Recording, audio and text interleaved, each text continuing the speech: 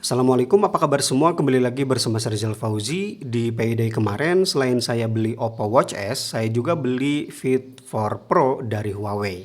Ya, ini bukan keluaran baru, ini keluaran tahun kemarin. Dan pada saat ini launching, saya lebih memilih versi regulernya. Karena yang versi regulernya aja udah bagus banget. Nah, kenapa saya memutuskan beli sekarang? Karena belum review.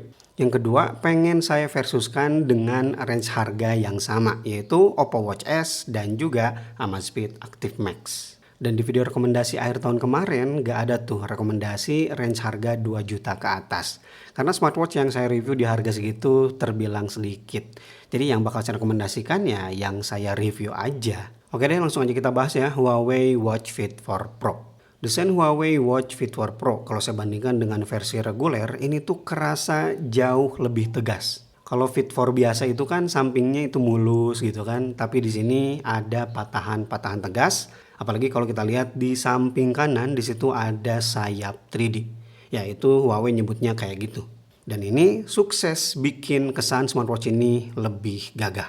Apalagi materialnya gak kaleng-kaleng nih. Dia pakai titanium. Tapi jangan salah, titanium campurannya itu hanya bagian bezelnya, bukan bagian casingnya. Sedangkan untuk bagian casingnya ini masih pakai aluminium. Satu lagi, material kaca. Kacanya udah dilapisi safir, jadi bebas scratch, gak bakal gampang tergores. Bukan gak bakal pecah ya, yang namanya kaca itu pasti pecah. Sekali lagi, safir itu gak gampang tergores. Kemudian kesan level lebih tinggi juga kerasa di bagian crown. Crown di versi Pro ini dikasih warna-warna berbeda. Ada warna hijau, itu ikonik banget, warna biru, dan warna merah seperti punya saya ini. Karena ini smartwatch premium ya, versi Pro-nya juga, jadi crown-nya ini kerasa mantap, diputer-puter, haptic feedback-nya bagus banget. Kemudian tombol bawah ini bukan cuma sebagai tombol shortcut ke olahraga, tapi dia juga jadi sensor elektroda. Karena untuk versi Pro punya fitur EKG. Untuk pembacaan EKG nanti bakal kita demokan.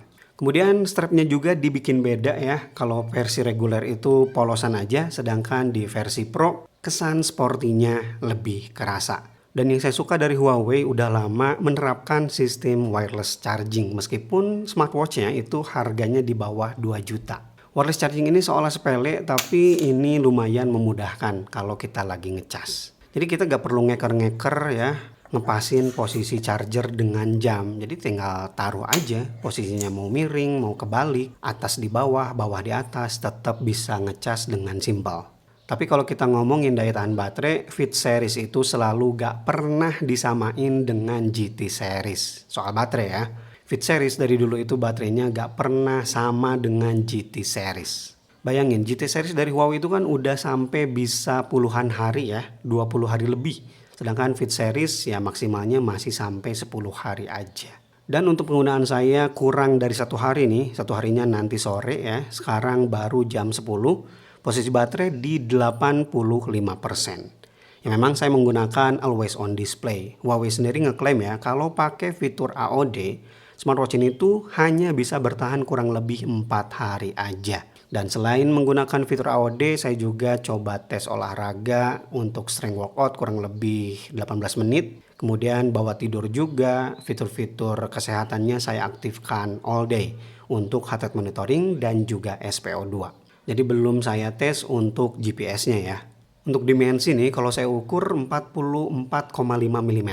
Kelebarannya di 39 mm, tipis ya, kurang dari 10 mm dan bobotnya 55 gram.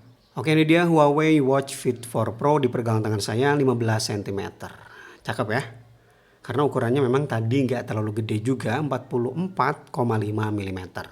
Kalau kamu beli warna biru ya, saya lihat di review Predius itu sampingnya jadi tambah gede.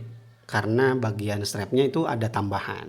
Untuk aplikasi penyandingan tentu menggunakan Huawei Health, dan kalau kamu pakai Android kayak Vivo, Xiaomi itu tinggal download aja di store mereka masing-masing ya, bukan dari Play Store. Karena kalau di Play Store itu sudah tidak ada. Salah satu yang sering saya keluhkan soal Huawei itu ya watch face-nya. Sekarang udah banyak banget yang berbayar ya rata-rata, dan watch face gratisnya agak kurang bagus. Kalau soal watch face yang bagus-bagus itu Xiaomi, kemudian Amazfit, Oppo kemarin juga cakep-cakep. Di sini semuanya saya gratis karena saya dapat bonus VIP. Jadi untuk pembeli pertama gitu ya, itu bakal dapat VIP selama kurang lebih 3 bulan lah. Jadi saya bisa nyoba watch face berbayarnya. Yang kedua, aplikasi Huawei Hold ini ketika sharing data ke Strava selalu ada diskon. Yang ketiga, fitur rute draw ya, peta Huawei-nya itu masih belum tersedia di lokasi saya di Garut. Padahal di Amazfit, di Koros itu udah bisa tinggal tap-tap aja ya. Kayak di kemarin tuh Sunto juga sama. Sekarang tahun 2026 masih belum ada update, belum bisa pakai fitur rute draw.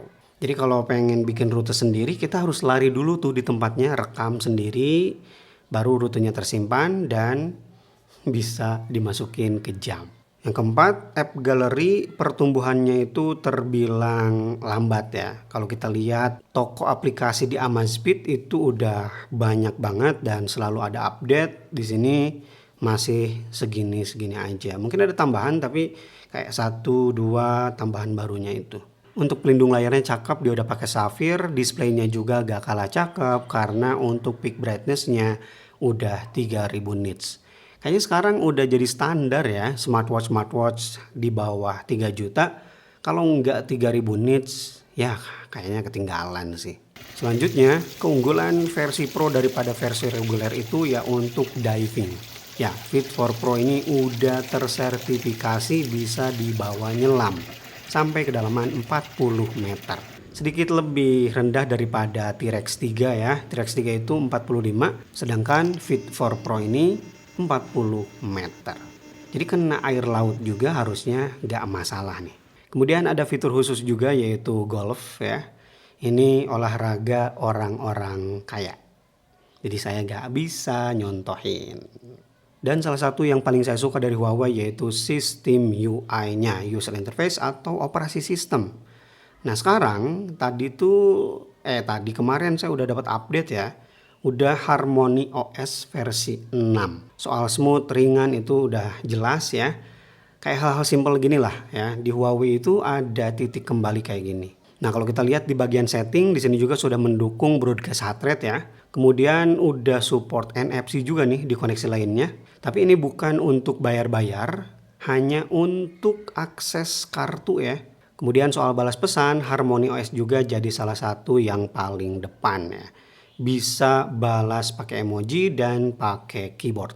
Tampilan menu seperti ini dan sekarang udah simple juga, kalau pengen gonta-ganti tampilan tinggal ke bagian bawah aja. Kemudian untuk kebutuhan olahraga tentu smartwatch ini sangat mumpuni ya, dan juga GPS-nya udah dual band menggunakan sunflower antena terbaru. Jadi untuk penggunaan di tempat-tempat sulit ya, lihat di sini dia connect nih. Di dalam ruangan bisa connect. Ini dual band GPS, bukan single band. Jenis olahraganya lengkap, apalagi kalau kamu untuk kebutuhan olahraga lari ya. Dia pengaturannya lengkap banget, bahkan di sini ada ambang batas laktat. Fitur-fitur sederhana seperti latihan interval tentu udah bisa, section, metronom, jadi lengkap banget. Tapi untuk kebutuhan olahraga strength di sini kurang cocok karena data laporannya terlalu simpel. Kemudian untuk fitur kesehatan dan kebugaran, saya bakal mulai dari sleep trackernya ya. Ini juga jadi salah satu yang sangat dikedepankan oleh Huawei, yaitu Huawei True Sleep ya. Nah, saya dapat skor 80, tidur 6 jam 31 menit. Kita geser ke bawah, ada keterangan tidur nyenyaknya berapa jam, tidur ringan, REM dan juga bangun. Ya, saya bangun 2 kali nih. Untuk grafiknya bisa lihat di sini, data HRV-nya juga ada. Sekarang kita demokan untuk pengukuran EKG.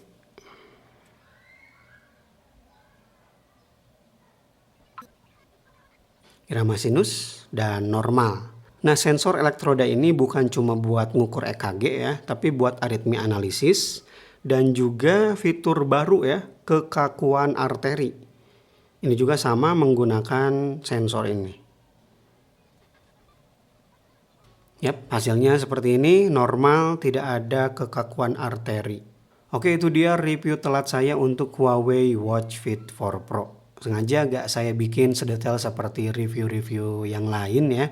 Karena review smartwatch ini tentu udah banyak berseliweran di mana-mana. Bagi kalian yang udah lama pakai Fit 4 Pro, boleh ya share pengalamannya di kolom komentar. Dan Rizal Fauzi pamit. Wassalamualaikum warahmatullahi wabarakatuh.